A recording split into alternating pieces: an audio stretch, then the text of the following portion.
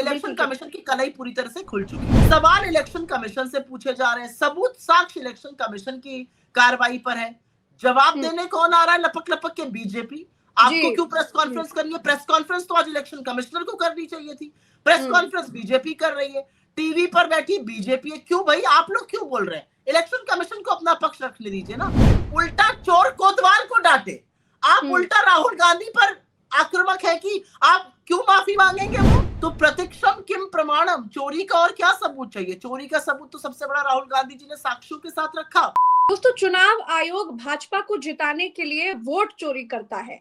चुनाव आयोग और भाजपा मिलकर चुनाव चोरी करते हैं। जब से राहुल गांधी ने प्रेस कॉन्फ्रेंस करके इसके सबूत रखे हैं, हर देशवासी की नजर चुनाव आयोग पर है।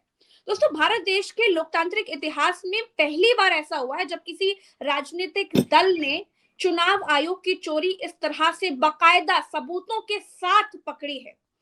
दोस्तों, जब से राहुल गांधी ने इसके सबूत रखे हैं, तब से हर देशवासी का जो विश्वास है वो चुनाव आयोग से हट गया है, चाहे वो किसी भी विचारधारा का क्यों ना हो। आज हमारे साथ कांग्रेस के प्रवक्ता और राहुल गांधी की टीम के मेंबर सुप्रिया श्रीनेश जी हमारे साथ हैं।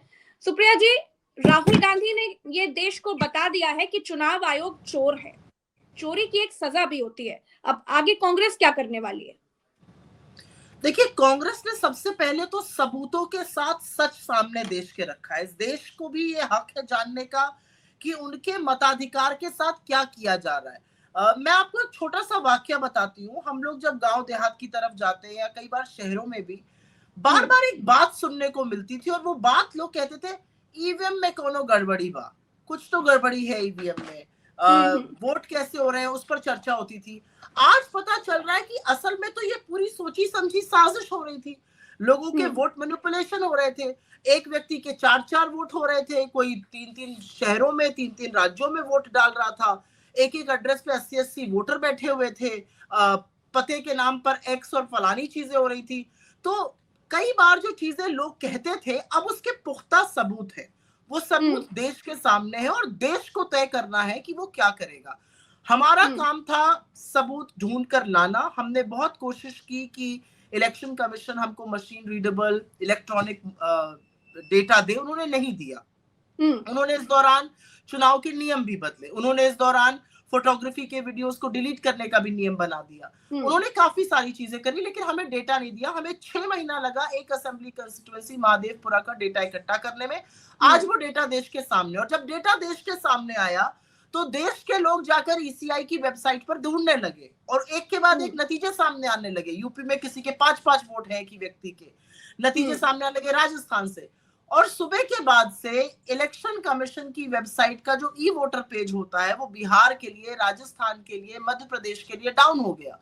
तो प्रतीक्षम किम प्रमाणम, चोरी का और क्या सबूत चाहिए? चोरी का सबूत तो सबसे बड़ा राहुल गांधी जी ने साक्ष्यों के साथ रखा। और उसके बाद जिस तरह से इलेक्शन कमीशन का रिस्पॉन्स आया, आप एक संवैधानिक संस्था है, आपके सामने अगर कोई ये कह रहा है कि आपने ऐसा ऐसा किया है, तो इसकी जिम्मेदारी आप पर है कि आप उस सबूत को गलत साबित करिए।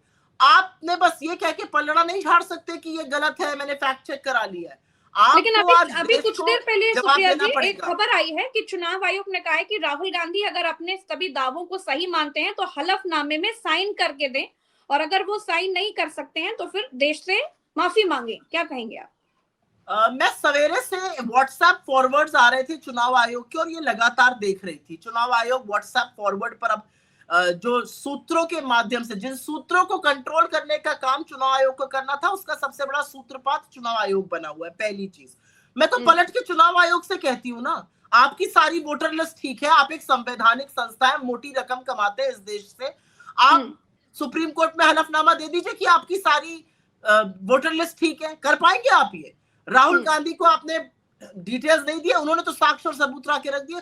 और राहुल गांधी तो चुने हुए सांसद हैं, राहुल गांधी ने तो संविधान की शपथ ली तब वो सांसद बन पाए। राहुल गांधी के नसीब का जो नतीजा है वो तो 140 करोड़ जनता तय कर देगी। अगले चुनाव में अगर वो गलत बोल रहे होंगे तो जनता उनको इसकी सजा देगी, अन्यथा जनता उनको लाभ भी दे सकती है।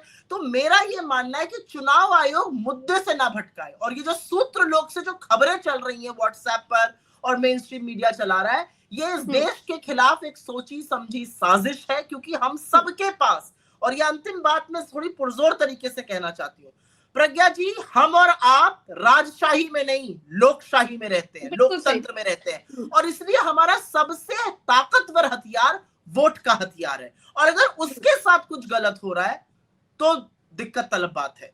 लेकिन हर देशवासी अब ये जानना तो चाहता है कि कांग्रेस आगे क्या करेगी, क्योंकि इससे पहले भी राहुल गांधी ने कहा था कि हम जब सबूत लाएंगे तो वो एटम बम की तरह फटेगा, और वाकई वो एटम बम की तरह फटा है। चुनाव आयोग के पास कोई जवाब नहीं है। 5 सवाल जो राहुल गांधी ने पूछे हैं उसका जवाब हर कोई जानना चाहता है आज देश में। तो अब आगे क्या होगा? सबूत तो आ गए हैं सामने, अब आगे होने क्या वाला है? किस तरीके से चुनाव आयोग को सजा मिलेगी, या फिर एफआईआर करवाई जाएंगी, या क्या होने वाला है? देखिए, 2 चीजें राहुल जी ने कही है, और वो किसी को धमकाने के लिए नहीं कह रहे हैं, लेकिन एक वो जरूरी बात कह रहे हैं। वो जरूरी बात ये कह रहे हैं कि इस देश में कोई भी अगर लोकतंत्र के साथ खिलवाड़ करेगा, आप कहीं भी रहिए, आप अपने पद से रिटायर ही क्यों ना हो जाइए, आपको ढूंढ कर लाया जाएगा और आपको इस देश के कानून के साथ खिलवाड़ करने की सजा, इस देश के लोकतंत्र के खिलाफ साजिश रचने की सजा इस देश का कानून देगा। ये राहुल जी कह रहे हैं। राहुल जी ने ललकार कर 5 चीजें कही हैं जो मैं आपके दर्शकों के लिए यहाँ पर थोड़ा पढ़ देना चाहती हूँ। उन्होंने 5 सवाल पूछे हैं चुनाव आयोग से। विपक्ष को डिजिटल वोटर लिस्ट क्यों नहीं मिल रही है, क्या छिपाया जा रहा है? दूसरा, सीसीटीवी और वीडियो सबूत क्यों मिटाए जा रहे हैं, किसके कहने पर, क्यों आपने 45 दिन की नई डेडलाइन बना दी? फर्जी और वोटर लिस्ट की जो संख्या में गड़बड़ी हो रही है वो कैसे हो रही है? विपक्ष नेताओं को धमकाया और डराया क्यों जा रहा है? और साफ साफ बताइए कि क्या ईसी अब बीजेपी का एजेंट बन चुका है? इन सब चीजों का जवाब ईसी हलफनामे में क्यों नहीं दे देता है?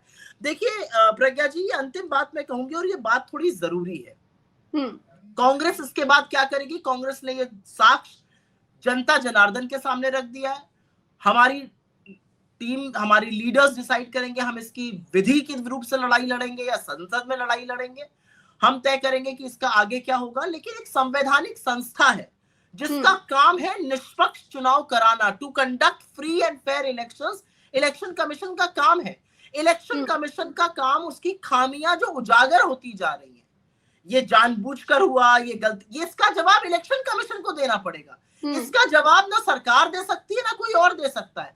और एक बड़े हतप्रभ की बात मुझे ये लगती है, कटघरे में इलेक्शन कमीशन है, सवाल इलेक्शन कमीशन से पूछे जा रहे हैं, सबूत साक्ष्य इलेक्शन कमीशन की कार्रवाई पर है, जवाब देने कौन आ रहा है? लपक लपक के बीजेपी। आपको क्यों प्रेस कॉन्फ्रेंस करनी है? प्रेस कॉन्फ्रेंस तो आज इलेक्शन कमिश्नर को करनी चाहिए थी, प्रेस कॉन्फ्रेंस बीजेपी कर रही है, टीवी पर बैठी बीजेपी है। क्यों भाई, आप लोग क्यों बोल रहे हैं? इलेक्शन कमीशन को अपना पक्ष रखने दीजिए ना। ये छोटी छोटी बातें जो मिली भगत दिखाती है।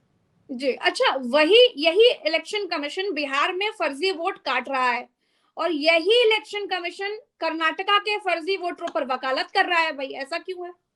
नहीं, फर्जी वोट काट नहीं रहा है। ये बहुत सोची समझी साजिश के तहत आपने कहा हमने 65 लाख वोट बिहार में काट दिए। 65 लाख वोट का मतलब है कि बिहार की 8% आबादी के वोट कट गए। आप सोचिए, 8% आबादी। उसमें क्रमवार तरीके से पता चला जो लोग जीवित हैं उनको मृत दिखा दिया गया। अधिकांश एक समुदाय के लोगों के नाम काटे जा रहे हैं, महिलाओं के नाम काटे जा रहे हैं। क्यों ऐसा किया जा रहा है? इलेक्शन कमीशन को ऐसी क्या मुसीबत आन पड़ी? आपने जनवरी में लिस्ट निकाली थी, उसके बाद से 65 लाख फर्जी वोटर आ गए, पहली बात। और दूसरी बात, इस इलेक्शन कमीशन को जवाब देना पड़ेगा कि आपका बेसिस क्या है? जो बीएलओ बिना घर जाए लिस्ट बना रहा है, जो जीवित को मृत दिखा रहा है, उसके बेसिस पर आप लोगों का लोकतंत्र में जो सबसे मजबूत हथियार वोट देने का हथियार है वो ले रहे हो। और आप बिल्कुल सही कह रही हैं, फर्जी वोट काटने के नाम पर एसआईआर बिहार में किया जा रहा है और फर्जी वोट बढ़ाए जा रहे हैं महाराष्ट्र और कर्नाटका में। ऐसा क्यों हो रहा है? और ये सच है कि हमारा इंटरनल सर्वे हमको 16 लोकसभा सीट दे रहा था, वो जब 9 आई तो दिमाग कौंधा कि ऐसा कैसे हुआ। और फिर हमने एक विधानसभा उठाई जहां पर 7 विधानसभा हम उस लोकसभा की जीत चुके थे, एक ही 8वीं थी। और जब हमने इसका वोट शेयर डिफरेंस देखा 1 लाख से ज्यादा, हमने कहा इस पर कुछ तो गड़बड़ है। जब हमने तफ्तीश करी तो पता चल गया सारी लीड यहीं से आई थी, सारी गड़बड़ी यहीं से थी। अच्छा, अभी चुनाव आयोग, क्योंकि देखिए एक बात तो हमने सुनी है कि चोर चोरी से जाता है, सीना जोरी से नहीं जाता। अभी बिहार में भी चुनाव है, तो चुनाव आयोग जब, जो राहुल गांधी ने साक्ष्य सामने रखे हैं कि एक सीट पर 1-1 लाख वोटर पैदा कर दिए जा रहे हैं, तो अगर ऐसे ही हो रहे हैं कि एक सीट पर 1-1 लाख वोटर पैदा किए जा रहे हैं, तो चुनाव को कोई मतलब तो है नहीं सुप्रिया जी। अभी बिहार में एसआईआर है, तो क्या क्या लग रहा है, मतलब विपक्ष एक साथ सड़क पर आने वाला है, एक बड़ा आंदोलन होने वाला है, देखिए क्या होगा? आंदोलन तो इस देश में होगा और अब उसको कोई रोक नहीं सकता है। अच्छा। इस देश के लोगों में आंदोलन होगा। जो लोग आज सोशल मीडिया पर बैठकर ढूंढ रहे हैं इलेक्शन कमीशन में नाम, वो आंदोलनकारी, वो आंदोलन ही तो कर रहे हैं। आंदोलन के तरीके बदल सकते हैं आंदोलन का स्वरूप बदल सकता है, लेकिन ये आंदोलनकारी है। और एक बात ये सच है कि इतने बड़े सबूत, इतने बड़े साक्ष्य आ जाने के बाद राहुल जी के दो विरोधी भी आप ये कह रहे हैं, आज ये कह रहे हैं कि नहीं, जो सामने आई ये बात वो दिक्कत तलब है और इलेक्शन कमीशन को इस पर जवाब देना चाहिए। मैं आपकी उस सवाल पे जाऊंगी जिसमें आप कह रही हैं चुनाव का क्या मतलब रह जाता है। जी हाँ। देखिए प्रज्ञा जी, लोकतंत्र में, लोकशाही जिसको कहा जाता है, लोकतंत्र में अपने मत का अधिकार क्यों करते हैं? हम एक सरकार से खुश हैं, हम उनको दोबारा से चुनते हैं। हम एक सरकार से दुखी हैं, हम सरकार के कामों से दुखी हैं, उनके किसी क्रियाकल्प से दुखी हैं, हम उनको निकाल बाहर करते हैं। ये जो चाबी है सत्ता की, सत्ता में भले ही कोई बैठे, लेकिन जो सत्ता की चाबी है ना, जो सत्ता की कुंजी है, वो लोगों के हाथ में रहती है। और जब आप लोगों से सत्ता की वो चाबी छीन रहे हैं, ये जो काम किया जा रहा है, ये लोगों से उनका सबसे ताकतवर हथियार छीनने का है। आप भी लाइन में लगती हैं, मैं भी लगती हूँ, रिक्शे वाला भी लगता है, गरीब भी लगता है, इस देश का सबसे अमीर आदमी भी लगता है, प्रधानमंत्री भी लगते हैं। क्यों? क्योंकि हमारे संविधान ने इस देश के गरीब से गरीब और अमीर से अमीर आदमी, सबसे ताकतवर और सबसे मजलूम आदमी को एक ही वोट दिया है, एक ही वोट की ताकत दी है, वो एक अधिकार दिया है, और वही एक सबसे ताकतवर हथियार उससे छीना जा रहा है। तो वो अपने आप को किस तरह से व्यक्त कर पाएगा? वो कैसे अपनी नाराजगी, अपना गुस्सा, अपनी सराहना दिखा पाएगा? उसके लिए तो सबसे इजी हथियार वोट का हथियार था। वो तो हमारे और आपकी तरह बैठकर टीवी पर या चैनल्स पर बहस नहीं कर सकता, तो वो क्या करेगा? आज सवाल इस बात का है, सवाल इस बात का है कि ऐसे में चुनाव का क्या होगा? मुझे लगता है कि ये जन आंदोलन बनेगा और लोग अपना हक वापस लेने के लिए सड़कों, संसद से लेकर सड़क तक की लड़ाई तय करेंगे। अच्छा, चुनाव आयोग को तो धन्यवाद देना चाहिए कि कोई विसल ब्लोअर बन के सामने आकर गलतियां बता रहा है कि आपने हमको बताया, लेकिन वो आइटन में है चुनाव आयोग कि अगर आपने हलफनामा नहीं दिया तो फिर देश से माफी मांगिए। नहीं, आजकल तो चुनाव आयोग ने एक नया रोल अदा करने का शुरुआत की है।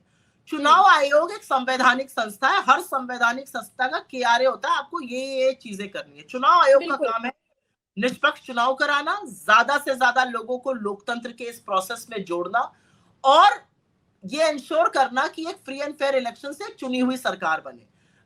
युवाओं को लाना, बुजुर्गों के लिए सहूलियत से वोटिंग कराना, ये चुनाव आयोग का काम है। बिल्कुल। चुनाव आयोग एक नया फैक्ट चेकर बना हुआ है। कौन सी फर्जी एजेंसी ले आए हो भैया? ये इसको कितने लाखों का कॉन्ट्रैक्ट दिया है? ये सबके नाम के आगे फैक्ट चेक करके फर्जी लिख देता है। आपसे 5 स्पष्ट सवाल पूछे गए, 5 तरीके राहुल जी ने, चाहे वो फर्जी डबल वोटर के हो, चाहे वो फेक एड्रेस के हो, चाहे वो बल्क वोटिंग एड्रेस पर एक हो, चाहे वो फॉर्म 6 का मिसयूज हो, चाहे वो नाम गलत हो, फोटो अमान्य हो, 5 उन्होंने आपको तरीके बता दिए, इस तरीके से वोट के साथ धांधली हो रही है। बजाय उसका जवाब देने के, बजाय ये कहने के कि आप हमारी नजर में ये लेकर आए, ये गलत हुआ, हम इस पर कार्रवाई करेंगे, आप उल्टा चोर कोतवाल को डांटे। आप उल्टा राहुल गांधी पर आक्रामक है कि आप क्यों माफी मांगेंगे? वो इस देश के नेता है, इस देश के विपक्ष के नेता है। उन्होंने एक बात रखी है, सारा समूचा विपक्ष उनसे अग्री करता है। कल पूरा इंडिया अलायंस एक साथ था शाम को और वहां पर इस पर विस्तृत रूप से चर्चा हुई। और एफिडेविट वाली बात पे आज अखिलेश यादव ने भी बड़ी कमाल की बात कही। उन्होंने कहा कि उन्होंने दिया तो एफिडेविट, उन्होंने कहा कि 18,000 वोटों की गड़बड़ी हुई थी, आपने कुछ नहीं किया। अब आप क्या शपथ पत्र के पीछे छिप रहे हैं? नहीं, अखिलेश जी ने एक और बात कही कि हमने तो एफिडेविट दिया था, जो बाकी नेता भी कह रहे हैं, सारा विपक्ष कह रहा है। चुनाव के दौरान इसी क्षेत्र में महादेवपुरा में ही बीजेपी का एक कार्यकर्ता घूम घूम कर लोगों के पर्चियां बंटवा रहा था, काम करा रहा था, वोट डलवा रहा था फर्जी। उसके खिलाफ कंप्लेंट करी थी। क्या किया था चुनाव आयोग ने? एक बहुत बड़ा चैनल है देश का, अंग्रेजी का सबसे बड़ा चैनल इंडिया टुडे, आज वो गए तो थे 35 नंबर घर में, जिसका उल्लेख कल राहुल जी ने किया था। पता चल गया वहां पे उसका घर का मालिक बीजेपी का सदस्य है, बीजेपी का कार्यकर्ता है। वहां पर 80 फर्जी वोटर एक साथ जोड़े गए थे। आप ये सोचिए, बियर की ब्रूअरी में 48 फर्जी वोटर जोड़े गए। मतलब इन लोगों को क्या लग रहा था कि ये देश इतना मूड है कि चुपचाप बैठा रहेगा, आप ये वोट पे डाका डालते रहेंगे। और आज ये क्यों ना कहा जाए, देखिए आज बहुत सारी बातें उठ खड़ी हुई हैं। आज तो एक बात ये भी उठ खड़ी हुई है कि ये सरकार कितनी अवैध या वैध है। आज तो ये भी जी। सवाल उठ जाएगा कि बिल्कुल। मध्य प्रदेश की सरकार को होने का हक है कि नहीं है। मोदी जी 25 वोट से इधर 25 सीट से उधर प्रधानमंत्री बने, क्या वो चोरी बिल्कुल। के वोट से प्रधान, आज तो ये हाँ। सारे सवाल उठेंगे और इन सवालों का जवाब देने का काम चुनाव आयोग का है। लेकिन जवाब लपक लपक के बीजेपी दे रही है। क्यों दे रहे हैं भैया अच्छा, आप अच्छा जवाब? सुप्रिया आप जी, तो अगर ये साबित हो जाता है जो राहुल गांधी ने बात कही है कि मोदी चोरी के वोटों से प्रधानमंत्री बने और 25 ऐसी सीटों की बात राहुल गांधी ने कही, अगर ऐसा होता है तो फिर क्या होगा?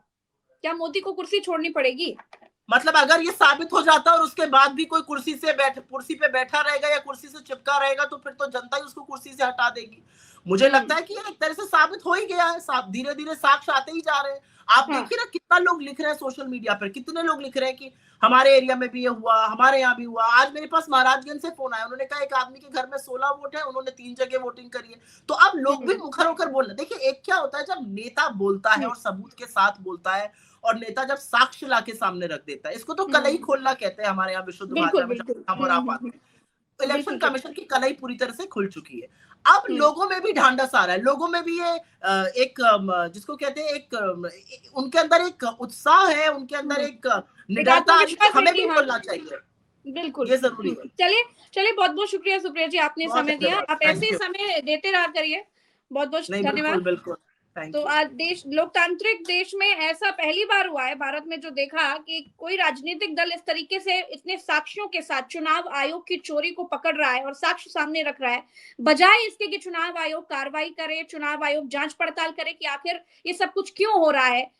चुनाव आयोग धमकियां दे रहा है, ऐठन में है कि अगर शपथ पत्र नहीं देंगे तो माफी मांगे। तो खैर बहुत कुछ हो रहा है देश में और जो कुछ हो रहा है हम आपको बता रहे हैं। चैनल को सब्सक्राइब कीजिएगा, वीडियो को शेयर कीजिएगा। अभी के लिए हमें दीजिए इजाजत। नमस्कार, जय हिंद।